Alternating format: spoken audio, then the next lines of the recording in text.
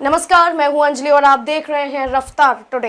तो चलिए शुरुआत करते हैं आज की प्रमुख खबर से। 370 के बाद अब समान नागरिक संहिता की पारी। बीजेपी सांसद ने पेश किया प्राइवेट मेंबर बिल, सरकार का समर्थन। आर्टिकल 370 के तहत जम्मू कश्मीर को मिले विशेष दर्जे को खत्म करने के बाद बीजेपी अपने एक और बड़े चुनावी वादे की ओर कदम बढ़ाती दिख रही है। ये है समान नागरिक संहिता का मुद्दा। संसद के शीतकालीन सत्र में इसे लेकर राज्यसभा में बिल भी पेश हो चुका है। हालांकि ये बिल मोदी सरकार की तरफ से नहीं बल्कि बीजेपी के ही एक सांसद की तरफ से प्राइवेट मेंबर बिल के तौर पर पेश किया गया है। अतीत में कई बार इस बिल को लिस्ट किया जा चुका है लेकिन पेश नहीं हो पाया था। इस बिल को लिस्ट किया जा चुका है लेकिन पेश नहीं हो पाया था। इस बार विपक्षी सदस्यों के भारी विरोध के बीच शुक्रवार को ये बिल उच्च सदन में पेश हुआ।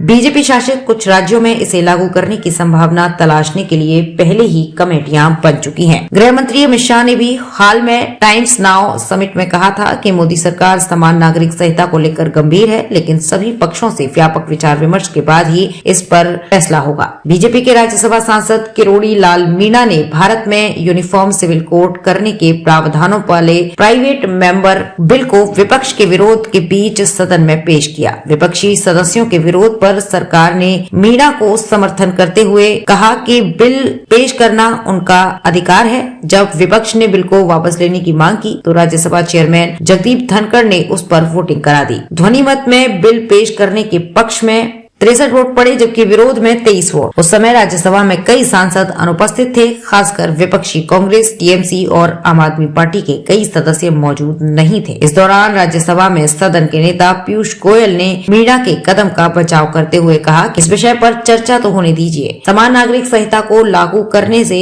जुड़ा ये बिल पहले भी पिछले सत्रों में कई बार लिस्ट हो चुका था, लेकिन इससे पहले कभी पेश नहीं हो पाया। हर बार जब सभापति या आसन की तरफ से बिल पेश करने के लिए किरोड़ीलाल मीणा का नाम लिया जाता था तो वो उस वक्त सदन से नदारद होते थे, लेकिन इस बार ऐसा नहीं हुआ। इस बार तो उन्हें सरकार का भी समर्थन दिखा। सदन में जैसे ही प्रक्रिया शुरू हुई विपक्षी सदस्य हंगामा करने लगे। उनका आरोप था कि इस बिल में देश में अमन चैन और धर्मनिरपेक्ष ताने बाने को नुकसान पहुंच सकता है। उपराष्ट्रपति धनखड़ ने विरोध कर रहे विपक्षी सदस्यों को शांत कराया और उन्हें अपनी चिंताएं रखने का मौका दिया। कई विपक्षी सदस्यों ने बिल के खिलाफ अपनी आवाज उठाई और उसके बाद सदन के नेता पीयूष गोयल ने कहा कि समान नागरिक संहिता संविधान में आज के नीति निर्देशक तत्वों में है, इस पर बहस करते हैं।